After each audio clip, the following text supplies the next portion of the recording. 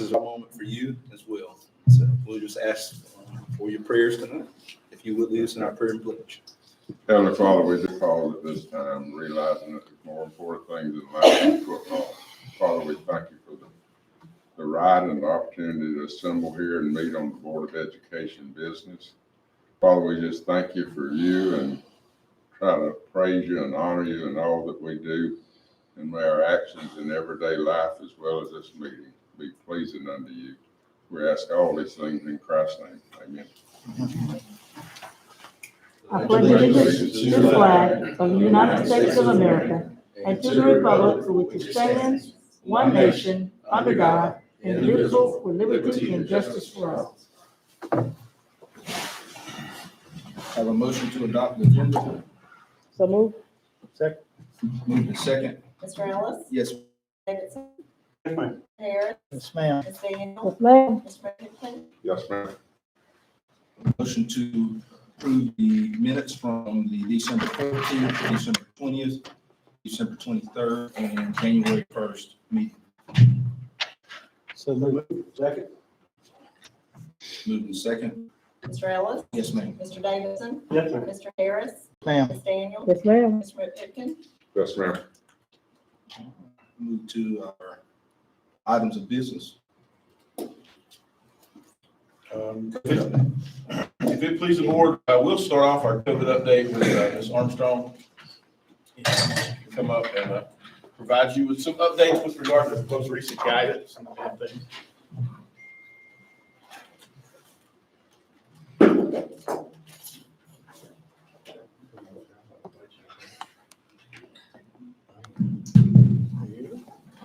I was just gonna update you on the change from before the Christmas holidays.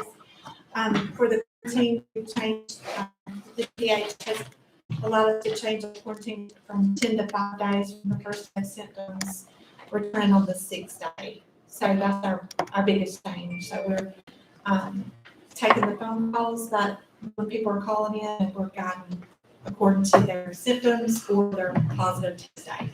If they don't have any symptoms. And we're still doing daily counts. I get those to Dr. Kelly and we're still gonna do the weekly counts Sunday, the post on the website.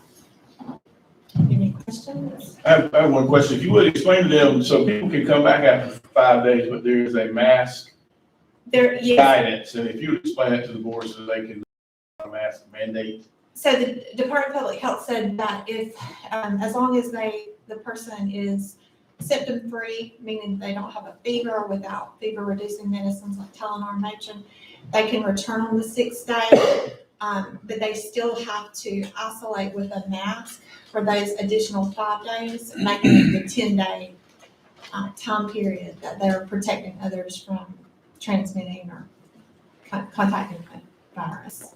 So if I understand this correctly, they don't have a choice of whether or not to wear a mask or not, or they have a choice. The choice is either wear a mask for those additional 5 days or stay home. stay home and quarantine. Correct. But that gives them the ability to come if they're Right. willing to And we, just wear a mask for those the 5 school days. nurses, when they give their return date, the student or staff member, they explain that part. And if they're not willing to wear a mask, if the student or employee is not willing to wear a mask, we tell them their return date for the full 10-day quarantine. Okay. So, and that still is count for the students, it's counted as excused absence for the full 10 days. And if they have any underlying health issues, where they have a respiratory disease like asthma or anything like that, and the parent wishes to keep them out for the full 10 days, it's not a problem. The nurses know, let's go ahead and keep them out for 10 days, and they let the teachers know they'll be out though for that Those full 10 10 days.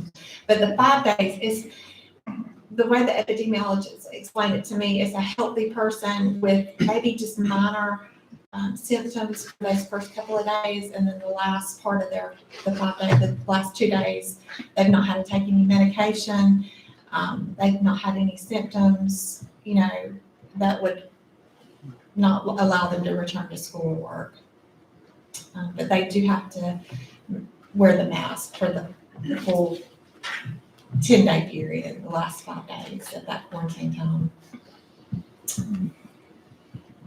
Ms. Armstrong, isn't there also, if you've been vaccinated, some of our employees have, then they don't have to be quarantined? Is that Only right? if there were a close contact. Now, if you're positive, you have to quarantine no matter what. No matter if you've been vaccinated, booster, you're still going to have to Right. quarantine if you test positive. But if you are considered a close contact, especially within the home, and you've been fully immunized within 6 months, and if it's been longer than 6 months, you've had your booster. So what will our nurses check cards? We can check in GRITS, which is the Georgia Registration of Immunization System that we have, and that's how we check for any immunization compliance. Okay.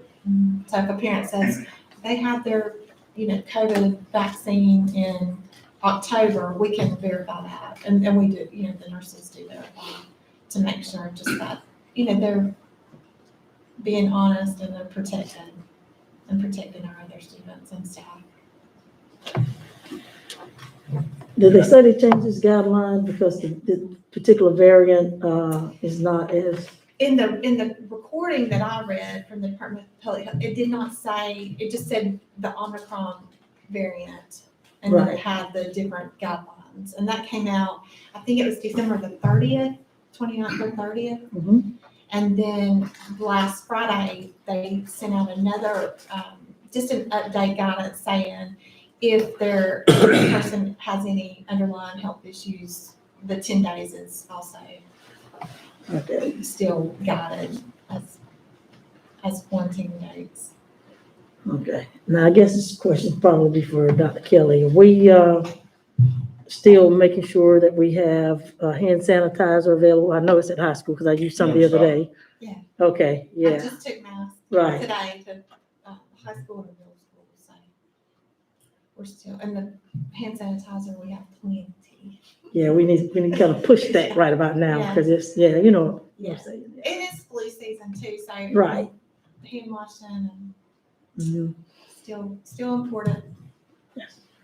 Thank you. You're welcome. Thank you.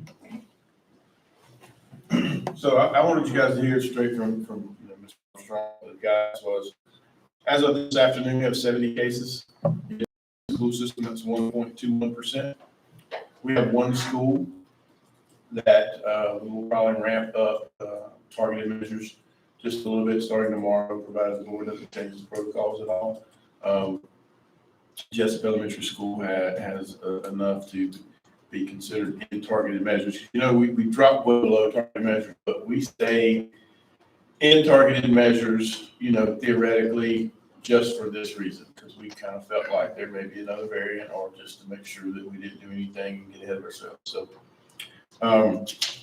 right now we're okay, but I do have some concerns about supervision and that, we have a lot of adults that are out for one reason or another that's related to COVID, but right now we're able to maintain.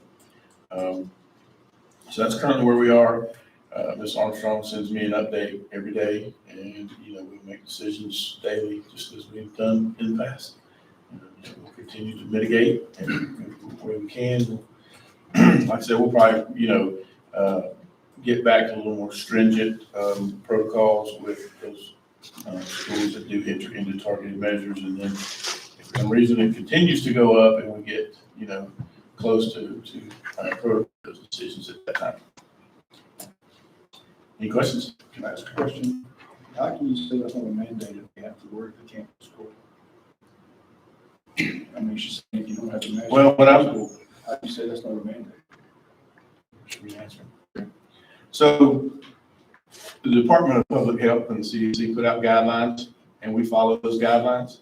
And so we're not going to make them wear a mask. The CDC or the Department of Public Health's guidelines say that they are providing a stipulation that where you can come back to in person if you'll wear a mask, but if you meet this criteria, days 6 through 10. So we're not going to make them wear a mask, but if they do not wish to wear a mask, the guidelines from the DPH says that they probably need to stay out for full 10 days. So we're going to follow the guidelines just like we have since day one. Still confused, I'm sorry, I just don't understand. I mean, If I understand it right, it offers them a chance to come on back to work if they wear one. Right. you're saying you have to wear it to come in. So how's that not the mandate? But- I don't understand. I'm just confused. You're saying the kid can't come to school if he doesn't wear a mask. You're saying you come to school for the rest of the mask last 5 days, but he doesn't wear a mask if you go on to school. So how's that not mandated? He's got to wear the mask to get to school. It's not a mandate. It tells you that's really pertaining to the quarantine time. So if you are quarantined, then if you're not wearing a mask, then you have to quarantine inside without a mask the whole 10 days. If you want to shorten your quarantine time and come back to some of your activities, then you have to wear a mask to be able to participate, and come back. That's a part of the quarantine measure. That doesn't have anything to do with a mask mandate. And I would say that, the efforts that are being placed on trying to get the kids back in school, that's great. I feel like that is a mental thing, to ask, and, that they follow the guidelines of the CDC. And you're giving them a choice whether to come back and, help protect the other students in the class, or they can pretty much stay there. Like you say, I don't see it as a mandate. I see it as part of, like you said, part of the quarantine. That's what it is. It's a semi-quarantine is what it is. You're semi quarantining your germs. Mhm. If you want to put it, plain and simple. But I thank you all for doing that, Again, trying to folks, keep we're the kids in just, school. We're following the guidance. Yeah. That's been put out by the DPH, and that's another way to get kids back in school. And it's just, like I said, it's an extension of the quarantine, outside of your home. If you wear the mask, if you choose not to wear the mask, that's fine. If they did not offer this guidance, then people would just stay out 10 days. Mhm. You ready to move on to capital outlay? Yes, sir. The track irrigation is 100% complete. Sod for the infield was delayed a little bit by rain over the past, little while. But the last load of sod is being delivered tomorrow and will be 100% by the end of this week, according to the powers to be. Construction manager, site contractor, paving company, and track surfacing installers are all meeting on site tomorrow to inspect the asphalt in an effort to ensure that any potential irregularities are reviewed and addressed accordingly prior to the track surface installation beginning. We have discussed all along about how strict the tolerances of the paving are for these projects and how it needs to be done correctly. So if there's any deficiencies identified, it will be required that 100% of those deficiencies are addressed prior to the surface being applied. They anticipate a few minor corrections that will be required. It's a huge track. It's 8-lane track. There's going to be a few, things that they need to deal with. But everyone meeting tomorrow, one more time, it is an additional precaution that they required everyone to be there and to be on the same page so that, we make sure that when we put that down, it is like it's supposed to be. For James Bacon, the metal stud work in the ceiling grid in the pre-K building is scheduled to begin next week. Masonry patchwork and new walls are continuing to progress in the annex and the gym corridor. All of the concrete slabs for the new addition are finished. You should have noticed if you rode by that the block masons are falling right in and starting to send walls up vertical. And once the hollow metal door frames and the structural steel are delivered, they anticipate that to be within about a month. Then you'll see things ramp up a little bit quicker and start to see things starting to close in. So it is moving along slowly but surely. Things that are not specifically listed as capital outlay, but we are beginning just there and starting to move with that process. And that process will more than likely be funded strictly through CARES money. We're also going to look at the middle school gyms, locker rooms for HVAC and refurbishing those systems, make sure they are the way that they're supposed to. The capital outlay advisory committee was supposed to meet this month, but we canceled that because of the activities with the new coach. Figuring if we had a capital outlay meeting and the coach was somewhere else, we probably wouldn't have many people at the capital outlay meeting, so we rescheduled that. And as far as other little projects, all of those are being considered, and we're working through any of those projects that'll be funded through, the CARES Act. Dr. Kelly, on the middle school gyms, are we gonna look at, I know it was mentioned about those bleachers, but are we gonna look at those bleachers, look at them, try to get some pricing on them or something in that nature? We can, but you know, that's gonna be a pretty expensive project, and that's not something that we can do with CARES. So that would either be a SPOS project, included in SPOS, and SPOS the next time. Or it would have to probably come out of the general fund or something right now, and I don't know that we have those resources available, because, you know, we'll start working on that prior to, but, you know, that's probably gonna be a pretty healthy project. Yeah, but that's something we're really gonna have to, put on a priority list, because those, bleachers are in, very, very bad shape. And, I'm concerned about, as a safety issue, you know, for the kids more than anything. It's not so much about aesthetics as it is for the safety, for the kids. You know, I think they put them up about as much as they can push those up, and those are used on a regular basis with our students. So, you know, that's one of the things. I do have another question about the track and the projected date. Did I miss that completion? According to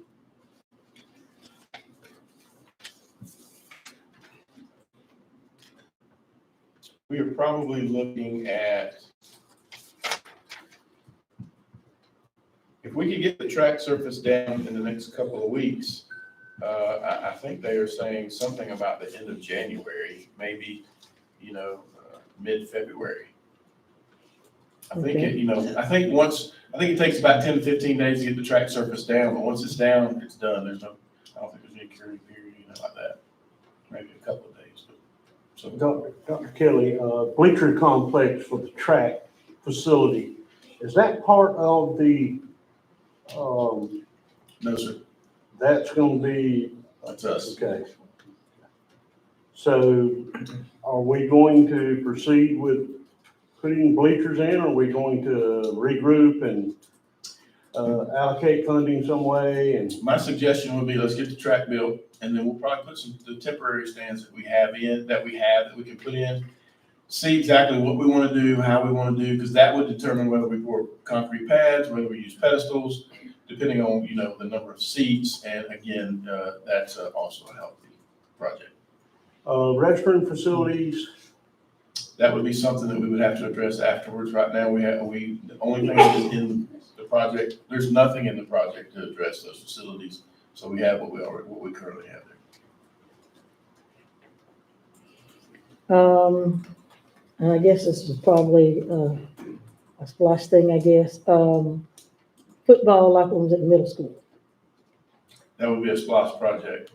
Yes, ma'am, in the next SPOS, you know. And, you know, we're 3 years away from that. So those are things that we're talking about and mentioning in capital outlay. And we did look at those when we went on our tour. And so those are things that would be considerations for, you know, our next SPOS. Okay. Yes, sir. Dr. Kelly, just, you mentioned how critical this next phase is on our track as far as precision and making it right. Rode by the track over the weekend and saw some people out there playing on it. And I know we're looking at a fence, but just to urge the public to please work with us. This is something that's been a long time waiting, a long time coming for our student athletes, our track athletes. And what you see as harmless could be detrimental to the project we're trying to complete. Just ask that the public work with us on this, give it the respect it deserves. Yes, sir. And, you know, it's still an active construction site. You know, there Right. shouldn't be anybody at all on there, you know, and I've spoken to TQ today about possibly going ahead and looking at putting the perimeter fence around the site. That's gonna be there, whether or not that would restrict their access for the things that they gotta do. So Seth and I are talking about that, and, you know, that's probably something we'll move forward with, either that or temporary fence or something.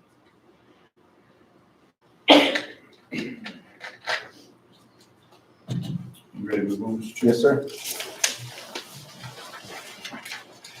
So board, if you'll indulge me for just a minute, it is again that time to start thinking about budget. Mr. RJ, Mr. Aldridge and I are going to try to start that process a little bit sooner this year. But just a couple of things for you to be considerate, nothing that we need to discuss right now. But one is the millage rate, whether or not that is an issue to either any of you or the board. Now, it would be my recommendation that we don't touch the millage rate. We dropped it a half percentage point, in our previous budget.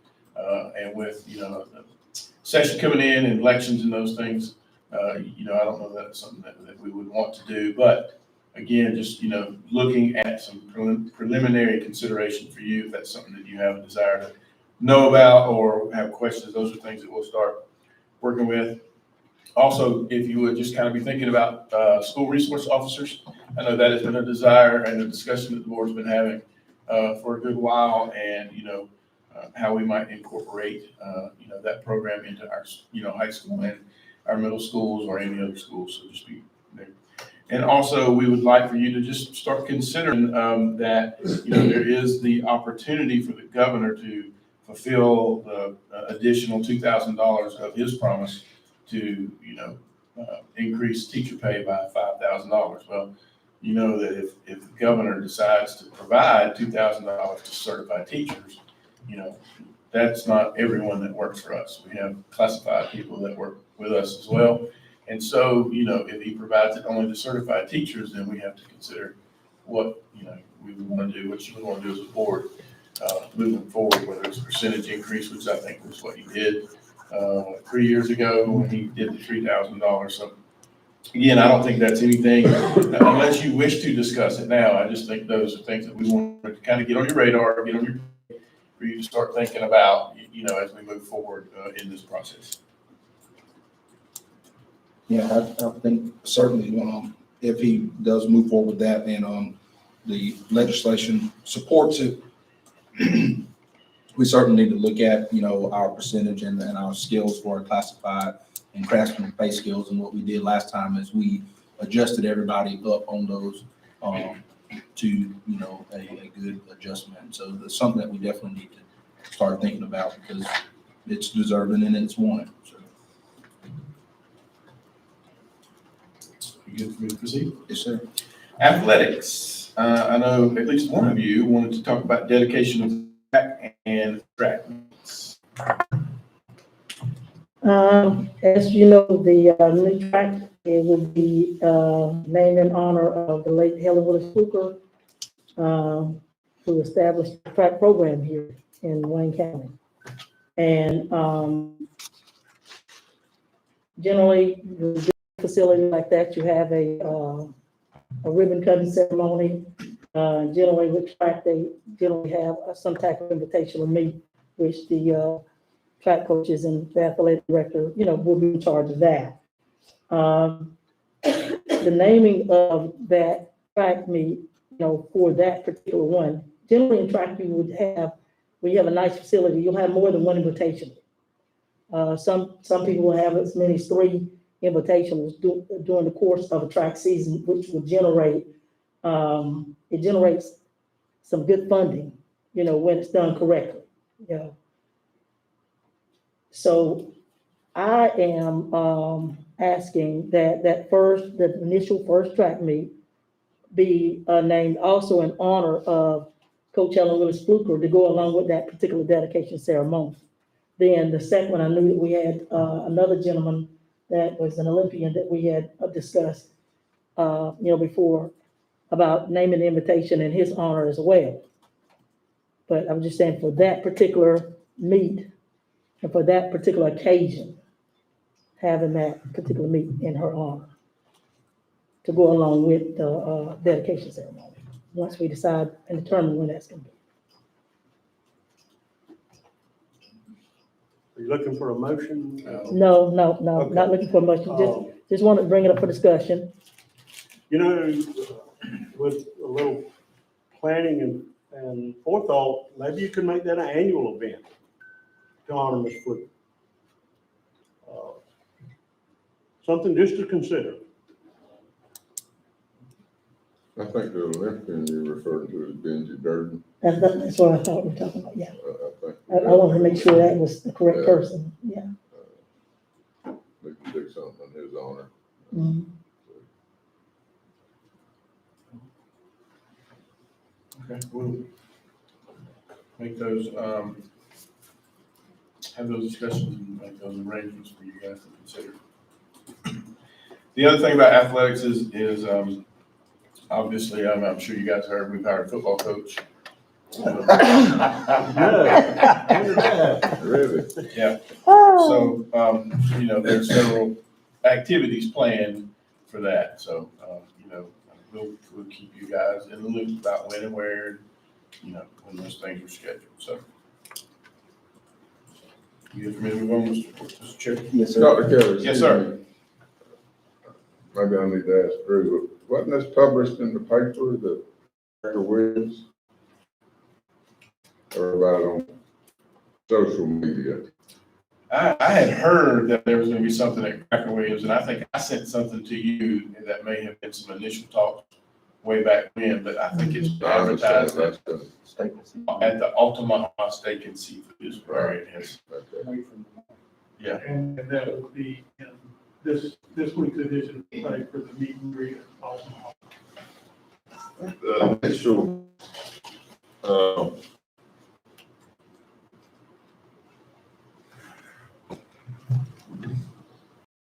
say like 26 or something. No, that's touchdown club. Yeah. Yeah, they're running that. We've been advertised since last Thursday. Yeah, I haven't heard nothing about that. I think in some initial discussions, Cracker Williams was mentioned. I don't know that anything was ever official. Okay, I'm sorry. I just wanted to clarify that. Yeah, I think it's at Altamont. I do want to add something to athletics for discussion.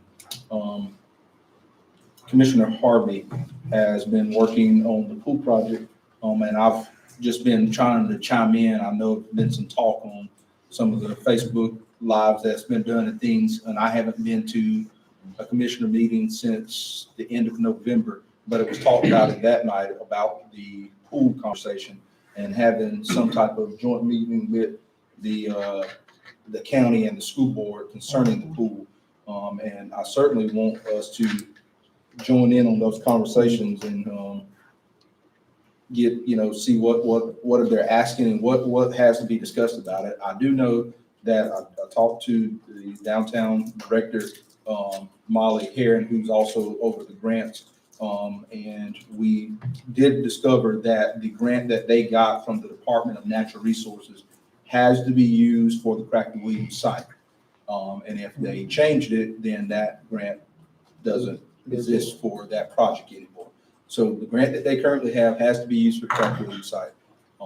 Certainly, I think there's an opportunity for us to join in and partner with the city because our swim team needs a place. They are getting some help and support from the community and from some private donors, but they are part of our system and we need to support in that as well. So certainly, Dr. Kelly, if you could reach out to Ms. Rose and Mayor Hickox and Mr. Harvey and see when they will be interested in having that conversation. I know that only 2 people will be able to attend unless we make that an official meeting. So we'll explore that and then you can get us some a date for that discussion to take place.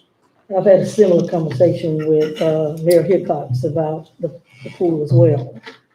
And he's thrown out a couple of different various ideas of, locations and how it would benefit, everybody, our swim team, our community, so. Well, I can tell you, and as I told Ms. Molly, the city's put forth some money already to start the projects there, and they went and was awarded this grant for that site. So I don't know how this conversation would affect us about a future project, but I certainly think that there is an opportunity for us to partner and really get that site going until we can figure out the rest of that. And again, a new project that I think that y'all have had this conversation about, and it's just as I think that's going to be a bigger money item that we're gonna have to look at putting on a SPOS project if we're gonna explore doing something of that caliber. And that's just Mhm. But he's here, looking bits and at, pieces of it. not only that, actually, researching grants and, trying to find monies that way as well. Especially, looking at the socioeconomically, population that we have.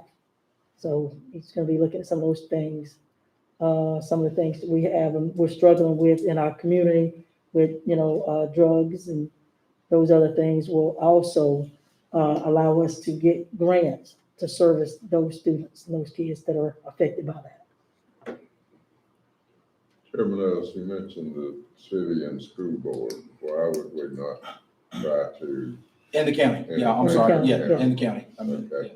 All, they were, that was mentioned, all three. Yeah, I'd like to entities. see all three of us Yeah. come together. Because the county plan is actually, for them to, build a analytic size swimming pool at the Bill Morris Park site. They have some stuff laid out, that they're working on as well. So, I guess we need to, like you said, meet, discuss what the feasibility is for, the future for that swimming pool project.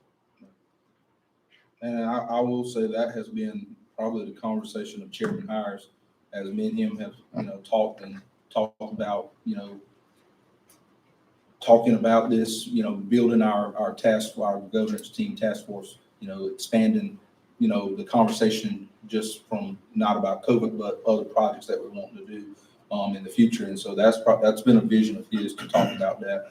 They already got to meet with the city about some of the service strategy things that they have to do this year, but some of the things does include, the school board. So, I think it's a good opportunity for us to do that, while they're doing some of those conversations, having some of those conversations. I was, listening to the sports, Bob, they've got a number of swimmers. I hate to say it, I wasn't even aware of it, but one region and done very well, or going to region, right, done very well. State, they've won state relays already. Wow. We can do what Girls we can. relay and guys relay, Ma'am, a boys relay and girls relay, that's going. I'd like to see us, all three entities work together to try to provide our youth what we can. And there's always been talk about senior aerobics and different things, so the whole county. Y'all all look at me now, let's talk about, even though I qualify. I told Commissioner Armstrong, just the other day at the Eggs and Issues afterwards, and I said, Ms. Armstrong, I used to be a lifeguard. We did senior aerobics and we did swim meets and we opened that pool from 2 to 5, all right there at Cracker Williams for years. And so it's a good location. I know we've grown a little bit in Wayne County, but I think there's plenty of space to do some of the things that need to be done to get us to be able to have some of these things back until we get to a SPOS project where we can build this immaculate Olympic sized pool. There's plenty of things at Cracker Williams I think that we can do because we did all those. I mean, for years we did swim meets and I mean, they were all day events, good events. And, our recreational swim team done tremendous back then. I think,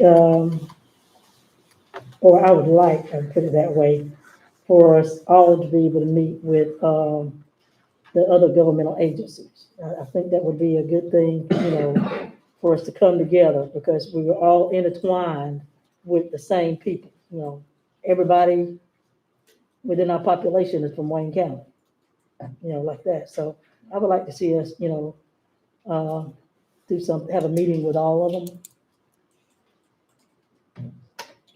Brainstorm some ideas. We'll work on that. Yes, sir. I was approached by Commissioner Harvey several months ago about it. He asked to have a meeting. I told him just let us know when and where. And every time I approach him, it's something they're continuing to talk about. So we can reach out. Ready to proceed? Yes, sir. Board of Education Professional Development. I know it's a desire by the board for our school system to continuously improve and also a desire of the board to model that behavior. So one of the things we would like to do is we would like to continue to get better not only at the school level, but, at the board level as well. So, I will be bringing to you in subsequent meetings information about self-assessment. There's a GSB instrument, that I'm sure you guys are familiar with, and I understand what I've seen. You've used it before. Some additional trainings, some board norms and protocols, and then, just a review of the Board of Education Code of Ethics. And we can combine some of those things. We can do some whole board training with regard to, ethics and those different kind of things. So I'll be bringing you information in the coming months, well, actually coming meetings, about those things that will allow us and allow our board to grow and prosper and model the expectations that we have in our school system. You have any questions? Chairman, you ready to move on? Great. Board policies, Dr. Schmidt. Good evening.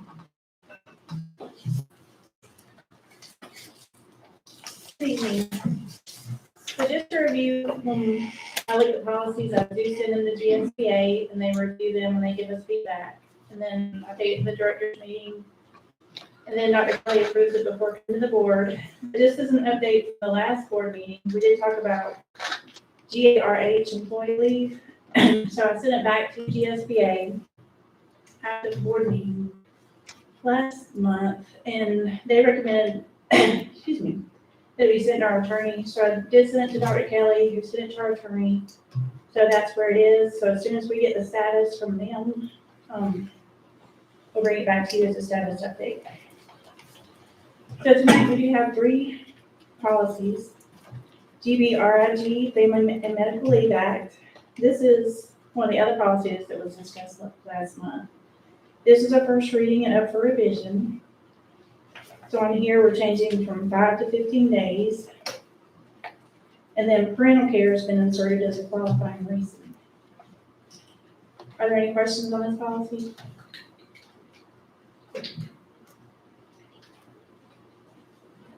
Okay. Next is IFCD, school volunteers. This is also a first reading up for revision. This one, when it was sent to GSBA, they did recommend that we send it to Harbin, Hartley, and Hawkins to review. So their recommendation was to revise the policies because volunteers under FERPA may have access to permanent records under certain conditions. So those are the changes from IFCD. Any questions on this policy? So they're saying that they should have access to, They're saying under certain conditions because of FERPA, the Family Educational Rights and Privacy Act, that they do, under certain circumstances, have the rights to see the permanent records. Yes, sir. but there also would be restrictions too. Yes, sir. Yeah, That was their language, their recommended language to change it. okay. Any other questions? I guess with that being said, what are the qualifications, for them? I see, you have background check. Do they follow the same stringent, qualifications as a teacher as far as, For volunteers? yeah, I mean, we do have a volunteer policy, but, all I know is, I know the criminal background check, but I don't know. I'm not familiar with it. There's not Yeah. a code of ethics for volunteers. Teachers follow a code of ethics, administered by the PSC. okay, So the volunteers, fall under the direct supervision of the building administration, and they have to, obviously they're required to do a background check. They're, stringently supervised if there are issues in their volunteer status with the so you're saying they follow that same code of ethics, that they don't have to follow that same code of ethics? They're not, there's no certificate attached to a volunteer. Right. And so, teachers are bound by the code of ethics by the PSC because they're certificated. So there's no certificate for volunteers, so there's really no action against them through the PSC. So they're not under the same guidelines as teachers when it comes to being certified and what can happen to their certificate if they violate the code of ethics. However, there are stringent rules and things about how they conduct themselves that falls under the supervision of the building administration who has authorized them to be a volunteer. Okay. The next is IKD, school names and observances. This is also a revision in the first reading. So when GSBA said that our current policy tends to limit the principals and school building, the language, that they did recommend more flexible language. So that was what they're recommending as far as flexibility. Any questions? Thank you. Thank you, Dr. Smith. Mr. Chair, y'all ready to move on? Yes, sir. Mr. RJ, financial report, please, sir.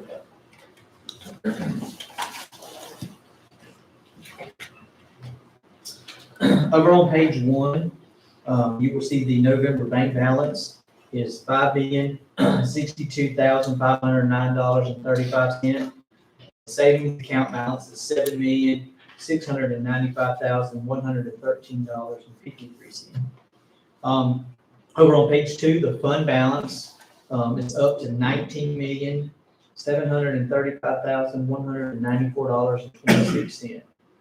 On page 3, the current month's revenue was $7,783,273.75, and the year-to-date revenue was $19,890,931.78.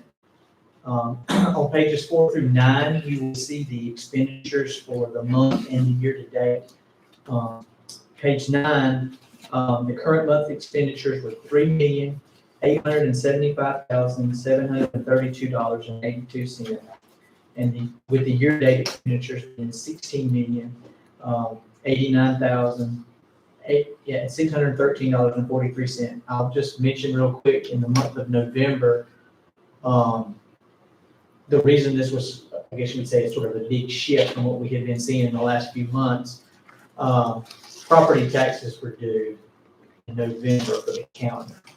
So this is the month of November's revenue. So this is probably the largest local revenue that we get during the entire year. It comes in during this month.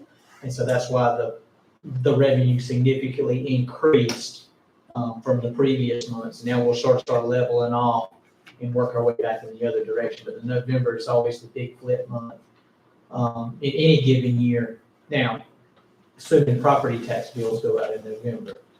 This is why the importance of making sure we stay on time with the millage rate and working through the county to make sure that the bills go out in a timely fashion.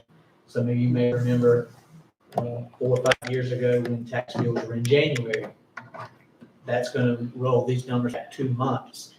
So that's a lot longer. We have to fund everything before that revenue comes in. So it really plays a tough deal on our financials in dealings with the property taxes. This is our big revenue driver that's outside of the normal state funding that we get. So we can keep that on a timely fashion. That's why I wanted to, I know when Dr. Kelly mentioned millage rate to you, and for something for us to think about. That meeting won't be till further on into the year, but we want to budget for it, but we also want to try to stay on that schedule and help them stay on their schedule and us stay on our schedule at the same time. So I just thought I'd mention that to you and the significance of why you see that in this given month. Over on page 10, you will see up at the top is the monthly sales tax collection was $397,032.09, and that brings the year to date to $1,639,306.86. I always try to mention, number above 300,000. This may be the first month that I've actually seen it under 400 in quite a while. We were only under about $3,000, but it's probably the first month I've seen it under 400 in a pretty good while. The number has remained strong. It has been very, very good number for us. Obviously, the excess of that over 300 is what gets rolled into capital projects to build things. So that's a good thing for us. As long as it stays up there, that puts us in a very good, as best financial shape as we can be in as far as our capital projects go. Pages 11 through 13. This is our federal funds report. This is on a reimbursable basis. So you see those negative numbers. I promise you that is a good thing. You want those numbers to be negative. Part of that is some of those numbers are still increasing. We're trying to completely finish. We just now finished up getting some of those last budgets approved by the state. So until they formally approve a particular budget, we can't draw those funds back. Money's being spent, obviously, in certain areas. Certain people's salaries get paid through there and stuff like that. But until they officially put their stamp on that budget, we're kind of at the mercy of drawing those funds back. Most of those are all taken care of now, so you will start seeing those numbers come back down and get closer to zero on a month-by-month basis going forward.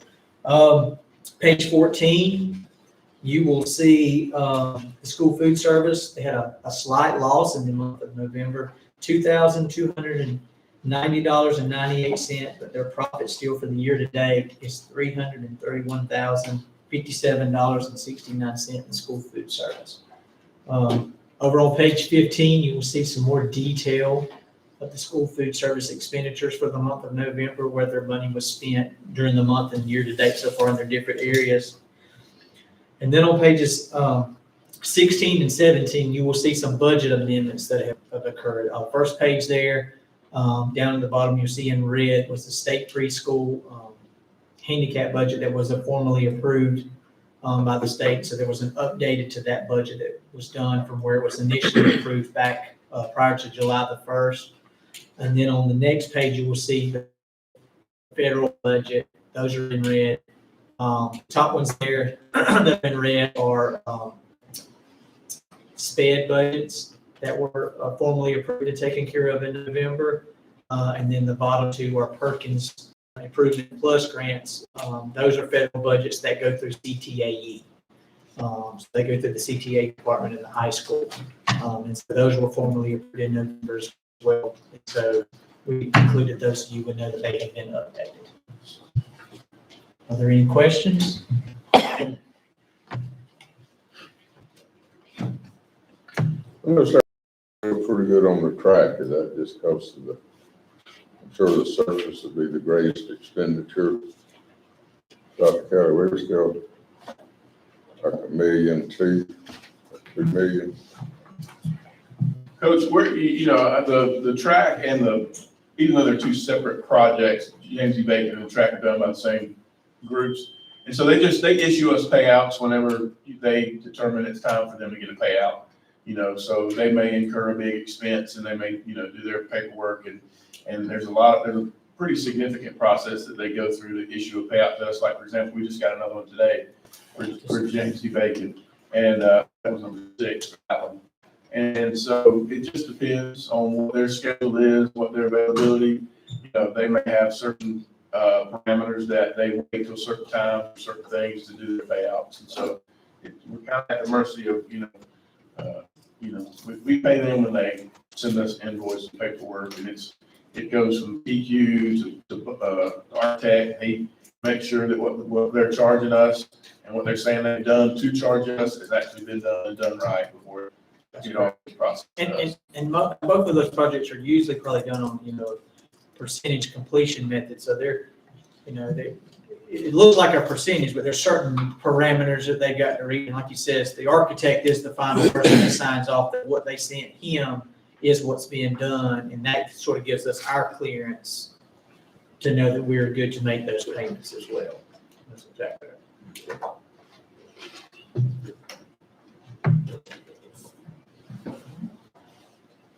Motion for approval.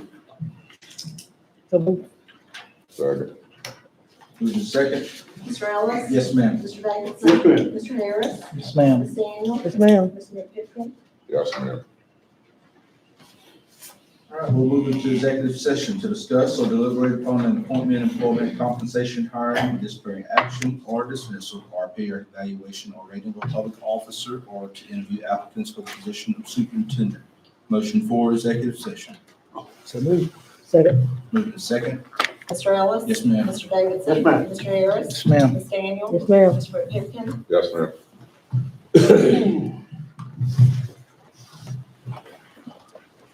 By the way, most of y'all leave now. A certain Alabama fan gave me a cake, congratulations, national champion. I thank Mr. Ellis. And I thank Georgia Bulldogs for the championship.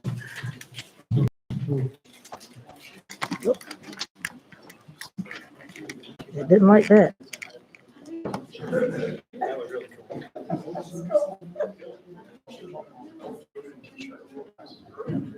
That's